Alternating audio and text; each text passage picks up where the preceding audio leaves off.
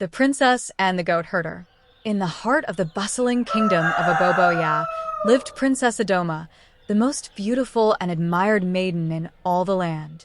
With her glowing skin, graceful walk, and laughter that could turn the hardest heart soft, she was the pride of King Kakra and Queen Abena. Suitors from every corner of Africa brought gifts and danced to win her hand, but none could catch her attention, except for one. Kofi, a simple goat herder from the hills, had accidentally bumped into Princess Adoma one afternoon while he was chasing after his most troublesome goat, Wofa Kwaku. She had fallen from her royal horse and landed in a pile of palm fruits, her crown slipping down her face. Kofi, being the humble man he was, quickly apologized while struggling to keep his goats in check. What kind of goat herder loses control of his goats?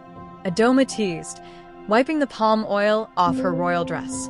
Only the kind who didn't expect to meet a princess today, Kofi shot back with a grin. They both burst into laughter, and from that day on, their unlikely friendship blossomed into a secret romance. They met at the village river, under the giant baobab tree, and exchanged secret notes hidden in calabashes.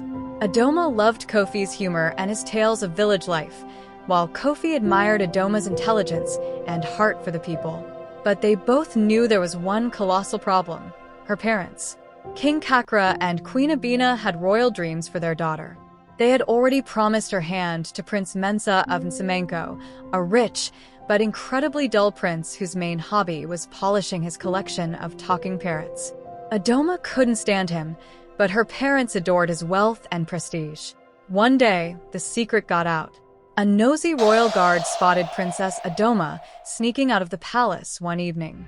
With his eagle eyes, he followed her to the village where she met with Kofi.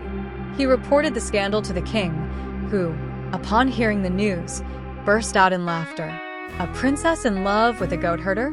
Ha! My daughter has a sense of humor, he exclaimed. But when the queen saw the love-struck look on Adoma's face during dinner, she knew this was no joke. The next morning, they summoned her to the royal throne room. Adoma, how can you bring such shame to our family? A goat herder? How will you sit beside him at state dinners? What will people say when you marry a man who smells like livestock? Queen Abena lamented. And what will happen to the royal cows when he mistakes them for his goats? King Kakra added, holding back a laugh. But Adoma stood firm. I love Kofi. He makes me laugh. He listens to me, and he treats me with kindness. Unlike that talking parrot of a prince you want me to marry. Adoma, you are a princess. You cannot marry a commoner, her father roared. But Adoma and Kofi were determined. They met in secret and devised a plan. One night, Adoma disguised herself as a village girl, and she and Kofi fled to his uncle's hut deep in the forest. The king and queen sent guards far and wide to search for their daughter, but to no avail. The kingdom buzzed with gossip. The princess has run away with a goat herder. The royal court was in chaos.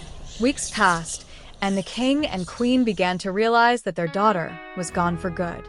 The queen, always the more practical one, sighed and told her husband, if we don't bless this union, we'll lose our daughter forever. Reluctantly, King Kakra agreed. He sent a message to the village that Kofi and Adoma could return, but on one condition. Kofi had to pass a royal test to prove himself worthy. When Kofi arrived at the palace, he was greeted by hundreds of villagers, all curious to see what would happen. The test was simple.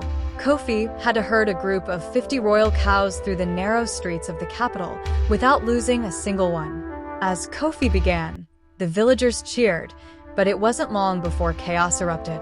The cows scattered, running into market stalls, knocking over fruit baskets, and causing havoc. It seemed like the king's plan to humiliate Kofi was working. But Kofi, with his years of experience and sharp wit, whistled for Wofa Kwaku, his most stubborn goat. With one loud bleat, Wofa Kwaku gathered the cows together and led them straight to the palace gates. The crowd erupted in applause. Even the king couldn't help but laugh at the sight of a goat leading royal cows. All right, King Kakra chuckled, throwing up his hands. You've proven yourself, Kofi. If a goat herder can tame royal cows, perhaps he can handle a princess. And so, with the royal blessing, Kofi and Adoma were married in the grandest celebration the Kingdom of Aboboyaa had ever seen. Villagers danced in the streets, and the royal cows mooed in approval. Even Prince Mensa sent his congratulations, along with a talking parrot. Kofi and Adoma ruled the kingdom with love and laughter, proving that sometimes true royalty is found in the heart, not in the crown.